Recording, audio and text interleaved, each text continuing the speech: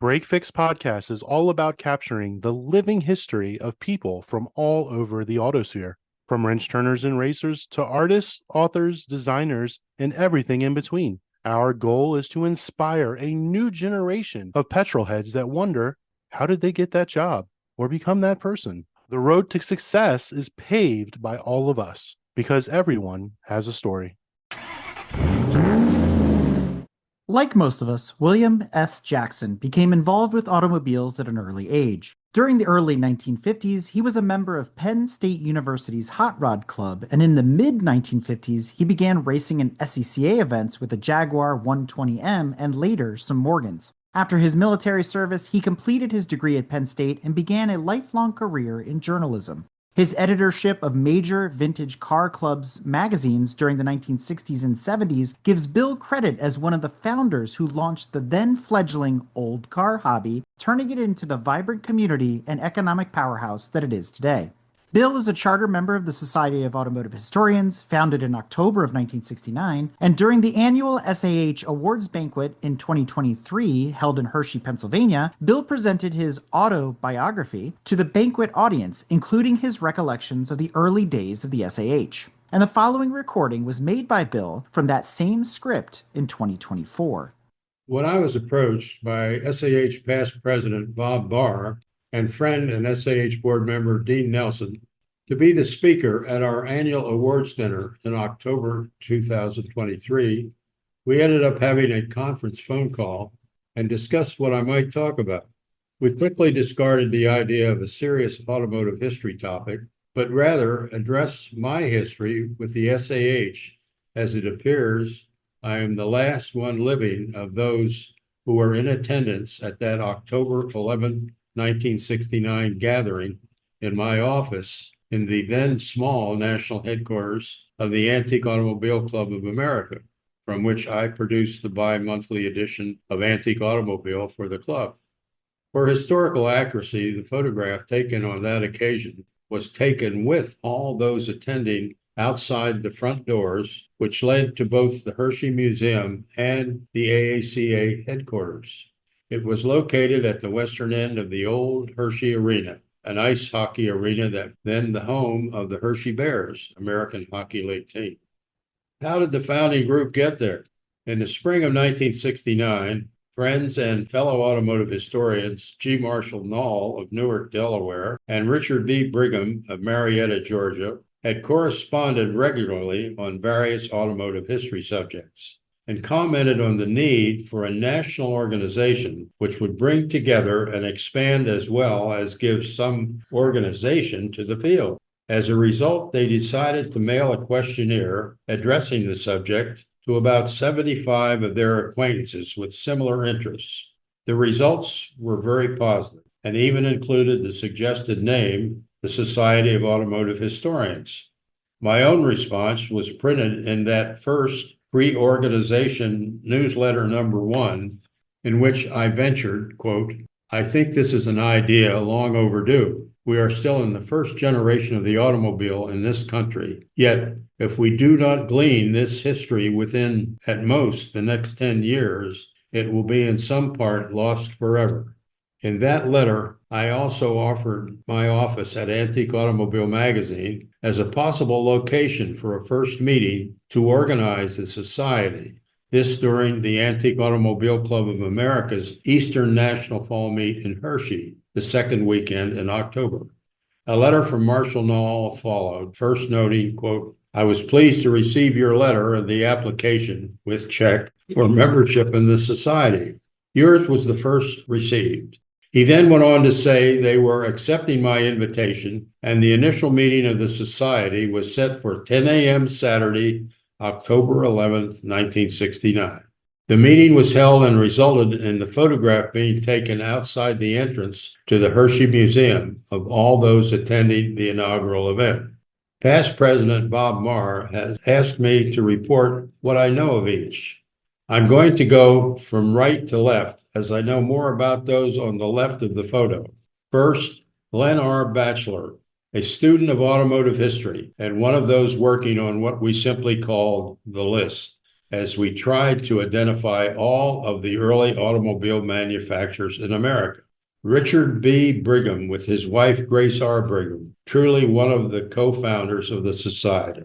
Guy P. Seeley Jr. and Charles W. Bishop, two more of the early researchers on the American auto industry. G. Marshall Knoll, the other co-founder of the society. Herman L. Smith from Canada, and a researcher on American cars manufactured in Canada. Bruce Baldwin Mose of Madison, Wisconsin, who attended but never joined the society. Bruce was the builder of the Mose Safari car, but also the Mose Ostentatious sedan. He was there at my invitation, showing an early race car at the AACA meet. Next, John M. Peckham, automotive artist and graphic artist who designed some of the early SAH membership brochures. John's paintings, one of a Mack truck charblanc, was included in John Montville's History of Mack Truck, and paintings of a Cord Model 810 sedan and a Model J Duesenberg boat-tail roadster, which was never built, Gordon Bureg's design, appear in our book, Rolling Sculpture. Then Henry Austin Clark Jr., creator of the Long Island Automotive Museum in Sandy Hollow, New York, and builder of one of the largest and most inclusive automotive libraries and early literature collections in the country. 2 semi-truckloads when he went to the Henry Ford Museum following his death. I could regale you with Austin Clark stories for the entire evening, but I'll tell you just 2. When Austin built the Long Island Automotive Museum, he immediately applied for fire insurance, only to be told by several insurance companies his museum was too distant from any fire company protection to qualify for coverage. Not to be deterred, he applied for and received a state charter for the Sandy Hollow Fire Company, having a red Model T Ford Coupe Chief's car, an early American France ladder truck, and an early motorized pumper. He was immediately inundated with calls and catalogs from companies wishing to sell him equipment, etc. He got his fire insurance and ordered 1 chief's badge and 50 captain's badges. He then received a call from the badge company stating that aside from the city of New York and the city of Los Angeles, it was the largest order for captain's badges. And where was Sandy Hollow, New York? Wife Rosemary and I are captains in the Sandy Hollow Fire Company, but that's another story. Secondly, when I was named editor of Antique Automobile magazine in 1962, I was contacting all of the automotive writers, photographers, artists, historians, and libraries, seeking their ideas and help. One I wanted to meet was Austin Clark. I knew he was going to attend the AAC annual meeting in Philadelphia and planned to meet him there. I was going to wait till after the annual banquet and speak to him then. Thus, I waited, and they were turning down the banquet room lights, and he still had not emerged. I went in looking for him. It was the 50th anniversary year of Dodge, and the Chrysler Corporation had reproduced the first Dodge brochure, and one had been placed at every seat at the banquet. I located Austin, making the rounds of all the tables, picking up all the Dodge brochures that had been left. When he saw me, he simply said, "They'll be paying me $5 a piece for these in a year or two. You're Bill Jackson, and what can I do to help you?" And that brings me down to the last guy on the left in the picture, yours truly.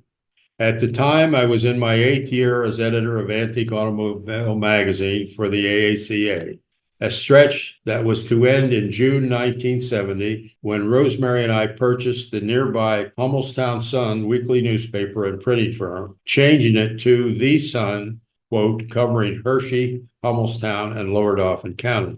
However, it was not the end of my automotive magazine editing years, as just months after purchasing The Sun, the Classic Car Club of America came calling, and I became editor of their classic car magazine for the next 3.5 years. In January 1980, I took over as publisher and managing editor of Bullhorn, the magazine for the Veteran Motor Car Club of America, which I produced for about the next 2 years. Other automotive publication contributions include my column, Old Car World, which I did for the old Competition Press and Auto Week from 1964 to 68. was vintage car editor of World Car Guide magazine, also 1964 to 68, and did articles and photos over the years in Road and Track, Motor Trend, and Automobile Quarterly. Books, thanks to friend and longtime SAH secretary Charlie Betts, who was series editor, I did the Lincoln Continental 1940 to 48 for an English publisher in 1967. Was a contributor to The American Car since 1775, published in 1971. Did Rowley Sculpture, a designer, and his work with Gordon M. Burek, published in 1975, with a second edition in 2008, and a chapter on British car manufacturer Autocarrier, AC, in Rule Britannia, When British Sports Cars Saved the Nation, by John Nicholas in 2017. Activities in SAH. Due to other obligations I never sought a position on the board of directors nor officer. As about the only Hershey area resident member, myself and wife Rosemary were responsible for making arrangements for the SAH annual dinner and awards presentation for the first 10 years, taking us from the Hershey Italian Lodge to the Mill Street Inn and on to the Hershey Parkview Manor as our membership attending grew. Also, the printing division of my newspaper, The Sun, printed some of the early SAH brochures as designed by John Peckham and edited by then Secretary Charlie Betts. I could keep you here all night telling stories about the many SAH contributing members, but I'll limit it to just two. In June 1970, when I was leaving the editorship of Antique Automobile and purchasing The Sun, a man by the name of Chester Krause visited my office, explaining he was a publisher from Iola, Wisconsin, and was planning to start a new publication dedicated to the auto history and collecting hobby, working title, Old Cars. He offered me the editorship and invited Rosemary and I to visit Iola, giving us plane tickets to Green Bay, where he picked us up and drove us on to Iola. We spent 2 days there, meeting those who would be on my staff and touring the vast printing plant. We considered it, but the move to rural Wisconsin, plus the bank's approval to buy the Hummelstown Sun, led us to turning it down. Mr. Krause was disappointed and asked me, where am I going to find another journalist that knows old cars and the hobby? I then told him I had been corresponding with this young man in Massachusetts who was producing a small regional old car publication, and I thought he might be the answer. His name? David Brownell, and the rest is history. Dave guided the creation of Old Cars, even enlisting Henry Austin Clark Jr. to write a column. And oh yes, he also served a term as president of SAH. Secondly, you have to go back to 1960, when Rosemary and I returned to Penn State for our master's degrees in journalism. We were a small class and all got to know each other. At the time, I was still active in Sports Car Club of America hill climbing and the central Pennsylvania region.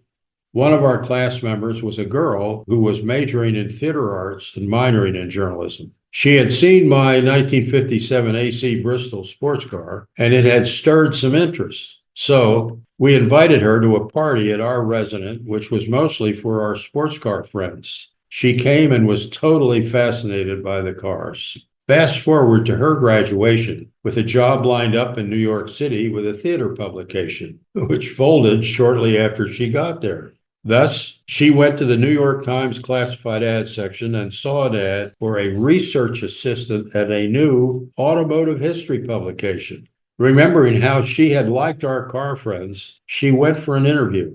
The person running the ad was L. Scott Bailey, and the research assistant he was seeking was to help him at Automobile Quarterly. The young lady got the job, and thus began her fabulous career in automotive history writing, including the editorship of AQ. The young lady's name? Beverly Ray Kimes, who also, like Dave Brownell, served a term as president of SAH. Of course, I take full credit for their mutual success in the automotive writing field and leadership of SAH. But how did I arrive at the position as editor of Antique Automobile magazine? Like most likely all of you, I started as a car guy, booked on hot rods in the late 1940s. This turned into a black lowered D-chrome 3/4 race engine 51 Ford, which went to Penn State with me, where I became president of the Penn State Pacers, the only National Hot Rod Association chartered club at a college east of the Mississippi River. Then I discovered sports cars and went Sports Car Club of America road racing in 1955 with a 54 Jaguar XK120M Roadster, and did that until I got drafted in June 1957. I found my career as a journalist in the Army as sports editor of the 8th Infantry Division's newspaper, The Arrow.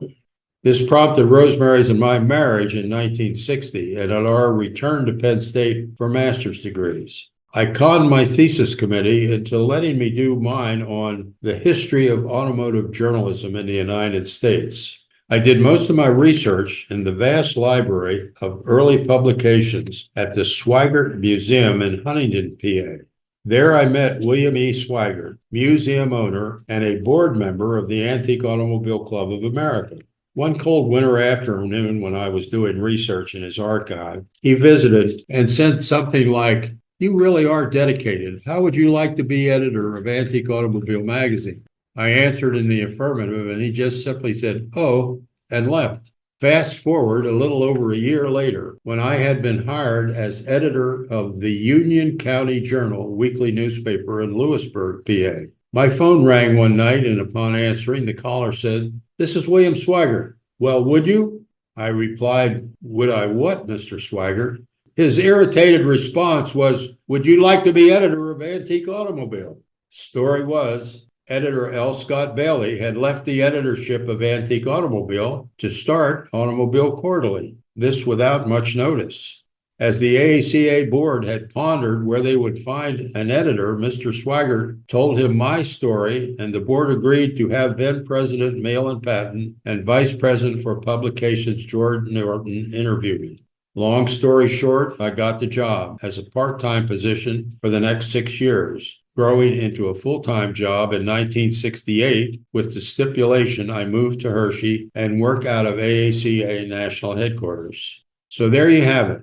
While Rosemary and I sold the Sun in 2007, we both still write for it. As to SAH, my only contribution these days is providing material for editor Ruben Verdes at the SAH Journal. Case in point, my article, "What's Your Autobiography?" in the March-April issue, in which I hope other SAH members will follow up with stories about a favorite car or automotive history happening. So much thanks for listening, and I'd be happy to answer any questions. This episode is brought to you in part by the Society of Automotive Historians. They encourage research into any aspect of automotive history. The SAH actively supports the compilation and preservation of papers, organizational records, print ephemera and images to safeguard, as well as to broaden and deepen the understanding of motorized wheeled land transportation through the modern age and into the future. For more information about the SAH, visit www.autohistory.org. We hope you enjoyed another awesome episode of Break Fix Podcast, brought to you by Grand Touring Motorsports. If you'd like to be a guest on the show or get involved, be sure to follow us on all social media platforms at Grand Touring Motorsports. And if you'd like to learn more about the content of this episode, be sure to check out the follow-on article at gtmotorsports.org. We remain a commercial-free and no annual fees organization through our sponsors, but also through the generous support of our fans, families, and friends through Patreon. For as little as $2.50 a month, you can get access to more behind-the-scenes action, additional pit stop minisodes, and other VIP goodies, as well as keeping our team of creators fed on their strict diet of Fig Newtons, gummy bears, and Monster. So consider signing up for Patreon today at www.patreon.com/GT Motorsports. And remember, without you, none of this would be possible.